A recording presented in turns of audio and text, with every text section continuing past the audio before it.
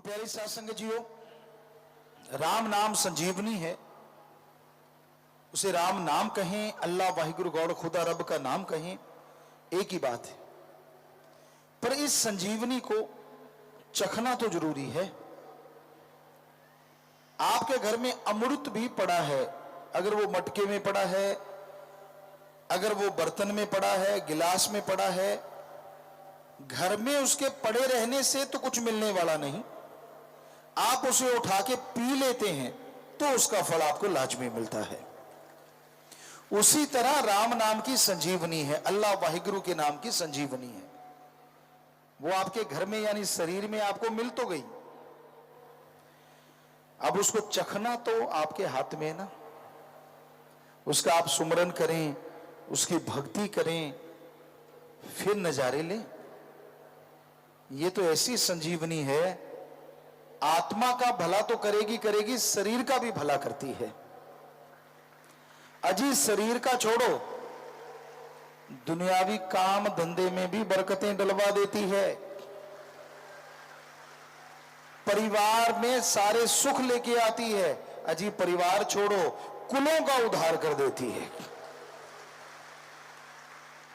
ऐसी संजीवनी राम नाम की, प्रभु के नाम की इंसान चखता है तो उसे बेइंतहा खुशियां मिलती हैं।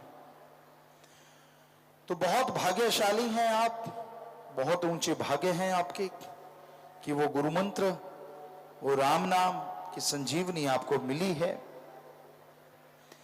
जैसे जैसे आप पीते जाएंगे वैसे वैसे आपके रोग, आपकी परेशानियां कटती जाएंगी और आप मालिक की दया में रहमत के लायक बनते जाएंगे। तो अपने अंतःकरण में निगाह मारो, अपने अंतःकरण में तलाशोगे तो वो मालिक का रहमो करम आपको मिलेगा। कभी किसी के कहे ना चलो, खास करके मन और मनमते लोगों के। मन के कहे चलो मत कोई, गुरु कहे करो तुम सोई। ये भव में गोते खिलवावे, ये गुरु से बेमुख करवावे। मन एक ऐसी जालिम ताकत है, ये इंसान को भगवान से दूर करती है, सतगुरु पीर फकीर से दूर करती है और आपकी अच्छी तकदीर से दूर करती है। ऐसी ताकत है मन की। जिसने भी मन पे भरोसा किया अगले ही पल मन दगा दे जाता है। इसलिए मन की ना सुना करो, मन बड़ा ही जालिम है। मन एक पलक में अच्छा और अगली पलक झपकते ही बुरा हो जाता है। मन का क्या कहना, आपको 100 में से 99 खुशियां मालिक ने बख्श दी, मन वो बुला देगा और 100 में एक खुशी नहीं आई आपके कर्मों की वजह से, सुमरन न करने की वजह से, मेहनत न करने की वजह से, तो वो एक ना मिलने वाली खुशी को मन बार बार आगे लेके आएगा। 99 खुशियां मिली वो भुला देगा। यही मन का कारनामा है। तो मन के कारनामों से बचना सीखो। मन ऐसा जादूगर है, मन ऐसा दगाबाज है जो इंसान को दगा देता ही रहता है, देता ही रहता है। जैसी यारी लगती है ना शुरू शुरू में भगवान से, अगर वैसी ही रह जाए तो भी इंसान को पौवरा पच्छी, ना बाहर कमी ना अंदर कमी।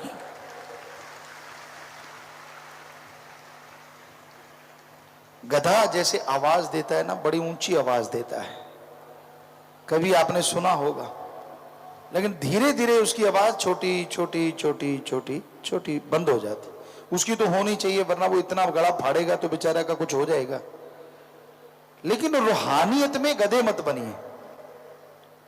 आपकी आवाज अगर बुलंद है, आपके हौसले बुलंद है, जैसे पहले थे उससे बढ़ते जाएं तो अच्छा है, गधे की तरह नीचे नहीं आने चाहिए। क्योंकि जैसे जैसे आपके हौसले बढ़ते जाएंगे, आवाज बुलंद होती जाएगी, यकीन मानो आपकी आवाज एक पैसा बढ़ेगी, भगवान आपके पास 1000 पैसा रहमतें भेज देंगे। उसके पास दया में रहमत की कोई कमी नहीं, भंडार भरे हुए हैं, भंडार। वो इतना बांट चुका है फिर भी खाली नहीं हुए, ज्यों के त्यों भरे के भरे। अब जरा बताइए, जिसके पास इतने भंडार हों और वो भरे के भरे ही रहते हैं, यही उसकी खासियत है, तो उसको बांटने में क्या लगता है? वो तो बांटने को तैयार बैठा है, दोनों हाथ भरे हुए हैं मालिक के, ले लो भाई, ले लो भाई। आप ही झोली नहीं फैलाते तो वो फेंके किधर? कलयुग में तो ये हाल है, जरा सा आपका बोलने की देर है। इसलिए हम आपसे कहते होते हैं, मालिक से अच्छा मांगा करो, बुरा ना मांगा करो। कई बार आप कह देते हो, भगवान अच्छा नहीं तो बीमारी दे दे, भगवान ये नहीं तो वो दे दे, तो वो दे देता है। काश बीमारी की जगह तंदुरुस्ती मांगी होती, काश बीमारी की जगह बरकतें मांगी होती, पता नहीं कितना कुछ मिल जाता। सो बुरी चीज कभी नहीं मांगनी चाहिए। क्या पता आपकी भक्ति उस समय पूरे दौर पे हो और आपने गलत चीज मांगी और वो मिल गई, फिर दोष देते हो मालिक को। ऐसा नहीं करना चाहिए। मालिक से हमेशा अच्छा ही मांगो, मालिक से मालिक को मांगो, तो बरकतों के ढेर लगते रहते हैं और खुशियों से इंसान लबरेज हमेशा रहता है। सुमरन करने पे कोई पाबंदी नहीं होती। आप चलते, बैठ के, लेट के, किसी भी तरीके से करो सही। कलयुग में मालिक का नाम लेना बड़ा ही मुश्किल है। कांटों पे लोग चलते रहते हैं, स्टंट दिखाते रहते हैं, आग में से निकलते रहते हैं, पर राम नाम के समय पता नहीं क्या हो जाता है।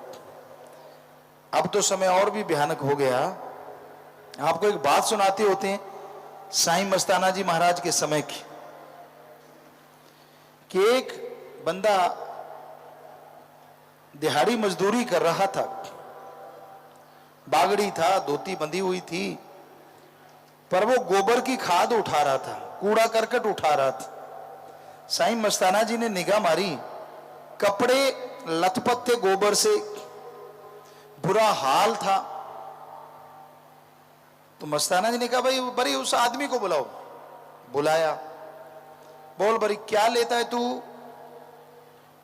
कहता जी मैं तो सारे दिन का 50 पैसे, पता नहीं 1 रुपया मिलता है।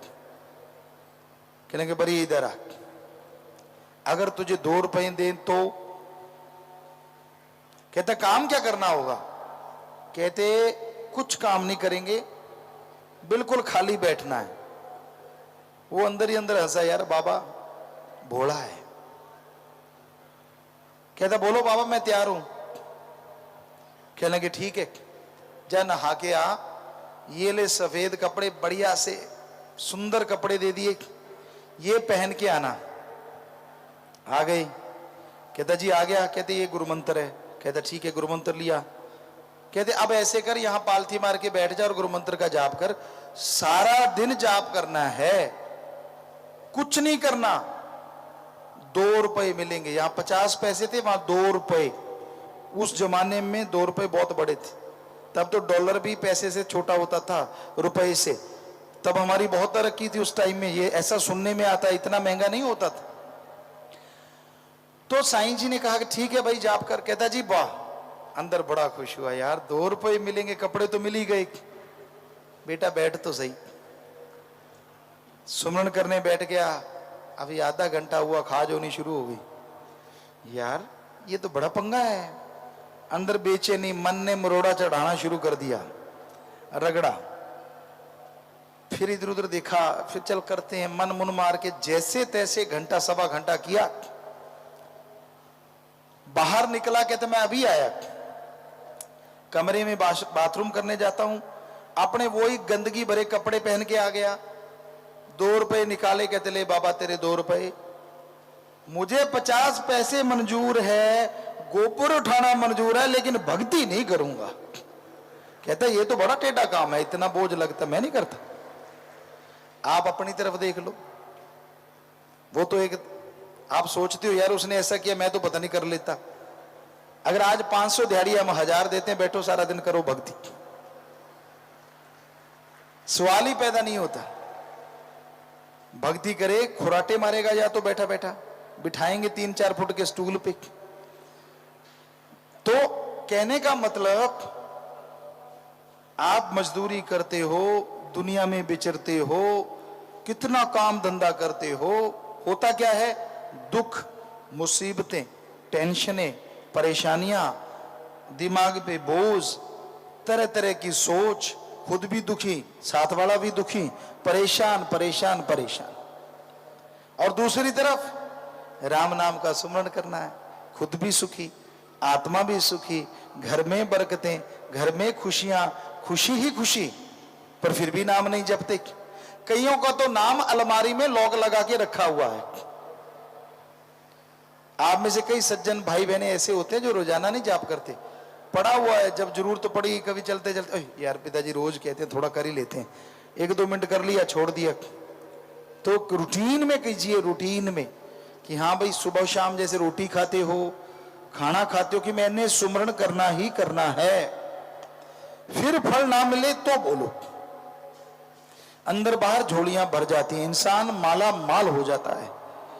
तो अगर आप परमानंद चाहते हो, सुख चाहते हो, काम धंधा करते हुए ही सुमरण कर लो, इतना भी काफी है। दुकानदारी करते हो, खेती बाड़ी करते हो, दफ्तर का काम है, गाड़ी चलाते हो, कोई भी काम करो दुनिया का, जीभा से राम का नाम जपते रहो। हमें नहीं लगता कि कोई काम धंधा छोड़ना पड़ेगा, और हमें नहीं लगता कि काम धंधा छोड़ के अगर भक्ति करेंगे तो कोई काम धंधे में रुकावट आएगी। दूसरी बात, काम धंधा करते करते अगर सुमरण करेंगे तो भक्ति दरगाह में मंजूर नहीं होगी, 100% मंजूर होगी। इससे आसान रास्ता साईं जी, शास्त्रनाम जी दाता ने आपको बताया। और क्या बताएं?